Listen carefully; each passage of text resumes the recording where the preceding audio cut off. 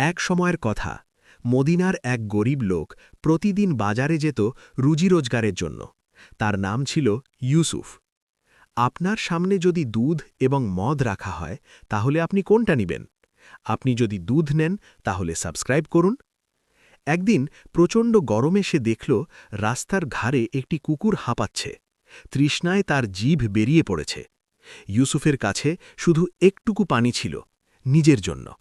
সে মনে মনে ভাবল, আল্লাহ কি এই প্রাণীর কষ্ট দেখছেন না? তখনই তার মনে পড়ল রাসূল সাল্লাল্লাহু আলাইহি ওয়াসাল্লামের কথা, প্রতিটি জীবন্ত প্রাণীর সেবায় পুরস্কার আছে। বুখারী। ইউসুফ দ্বিধা না করে নিজের পানি কুকুরটিকে পান করাল, নিজে তৃষ্ণার্ত থেকে বাড়ি ফিরল। সেদিন রাতে এক অদ্ভুত ঘটনা ঘটল। একজন ধনী ব্যবসায়ী ইউসুফের দরজায় এসে বলল, আমি স্বপ্নে দেখলাম তোমাকে সাহায্য করতে। আল্লাহ আমার মনে তোমার কথা দিয়েছেন। সে ইউসুফকে তার ব্যবসায় অংশীদার করে নিল।